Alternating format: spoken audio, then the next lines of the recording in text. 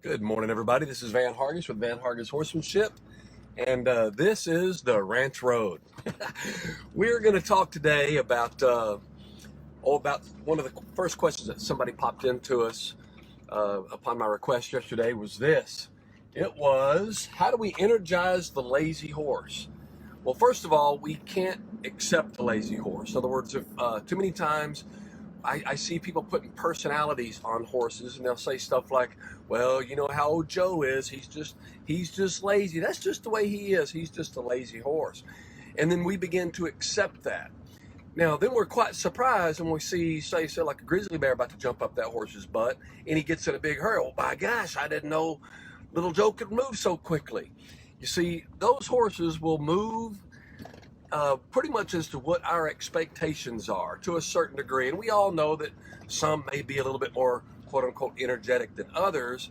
But the reality is that, oh, let's say if you're a lazy personality and you're going to be going and hauling hay one day with a friend, you don't want to be that one guy that everybody's, oh, just saying, well, you know how she is. She's just lazy. Or you know how that old boy is. He's just lazy.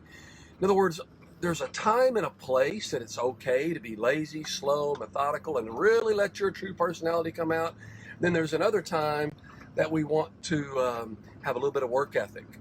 Now, you're the boss, you're the leader of that horse, and we need to step up to the plate and expect this horse to work when we ask him to work, relax when we let him relax, and kind of just use that as their personality. By golly, when we give you an opportunity to relax, fall asleep. I don't care. If you're a lazy horse, that's a good idea for you. But don't be offended when we ask you to do your job, whatever that job may be. Now, with all of that said, I also think it's very important that we make sure that for that horse's benefit, we have our priorities in order.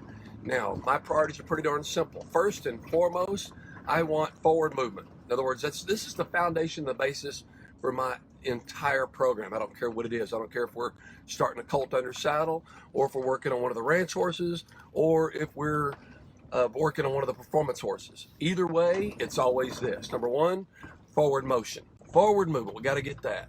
Secondly, is we want the control of forward motion. Well, what the heck is that? Well, it's forward control in the sense that we want a walk, trot, and a canter, perhaps. We want not just a walk, trot, and a canter, but we want within the walk. We might want a walk and an extended walk, a trot and an extended trot. We want directional control. In other words, we want control of our speed, and then we also want control of our direction. So we've got speed control as well as directional control. Well, speed control is that transition up and down in gaits, and sometimes just speed within gaits. In other words, we might want a jog trot and a long trot. We might want a canter and an extended canter. But way too many times I see people getting some other things, try to get some things ahead of the things that are most important.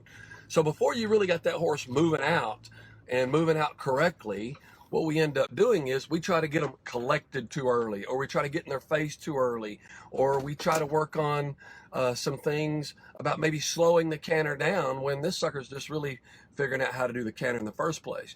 You see, so we want to make sure that our priorities are in order so that we don't inadvertently get in the horse's way when they're trying to perform. So in the beginning, like in one of the videos that I just saw recently, we saw a horse cantering around pretty darn good. And the horse did have a little bit of laziness in the sense that he was elevating his front end. In other words, pulling himself forward instead of driving himself forward to the back end. And at the same time, the rider was really concerned about getting the horse's face collected up. In fact, I could even hear somebody in the background saying, you know, get in their face, or something along that line. I couldn't hear that person very well. But at the same time, we hear that in the background. So what I'd rather see is, let's just get that horse moving out willingly. In other words, I want to just drop those reins and not worry about, quite frankly, which direction they're going. I just want to drop the reins, have them go somewhere. In this case, at a canter. Let that sucker move out. And once that horse begins to move out freely, then we can begin to determine how he moves out. In other words, does he move out slowly? Does he move out fast? Is he moving off my seat, or am I having to drive my feet in there? If I'm having to drive my feet in him, then obviously the horse is not listening and responding to my seat. So I need to hold him accountable for that. I need to really drive him hard with my seat and then drive him hard with my feet. In other words, hold him accountable to my seat with my feet. But at the same time, the minute I do that, I want to go back to making sure I'm just riding him with my seat and take my feet off of him. The last thing I want to do to get a horse to want to move out more energetically and responsively is to nag. In other words, I don't want to just have my feet on him all the time and feel like I'm squeezing and squeezing and squeezing, or driving my stirrups in him, or driving my spurs in him all the time. Because if I'm doing that, what's his incentive to ever go? The horse just might be thinking, well, if I go fast, I get poked on. If I go slow, I get poked on. So what difference does it make what speed I go if I'm going to get poked on? I'd rather go the speed that conserves the most energy. Same thing happens when we're asking a horse to turn around into spins. Too many times I see people ask a horse to spin, they put a leg on to get them started, and they never take that leg off. Because they think that if they take the leg off, the horse is going to stop. Well, if he does, kick him back up again. Then get your leg back to neutral.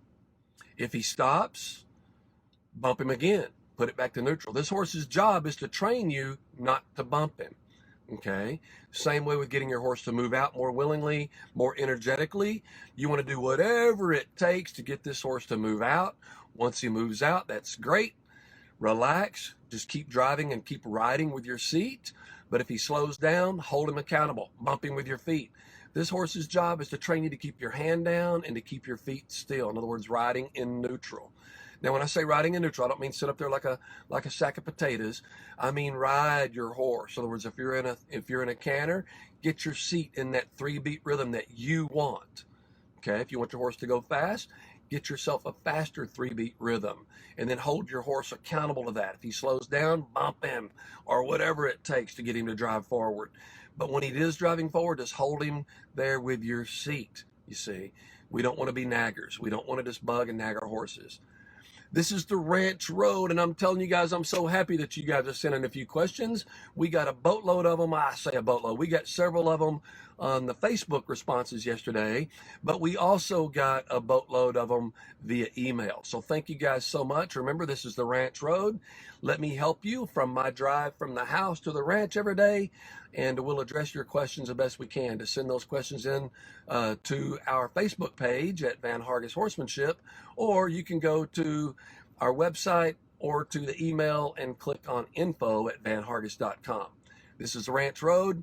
Hope we're helping you, and we look forward to hearing from you again soon.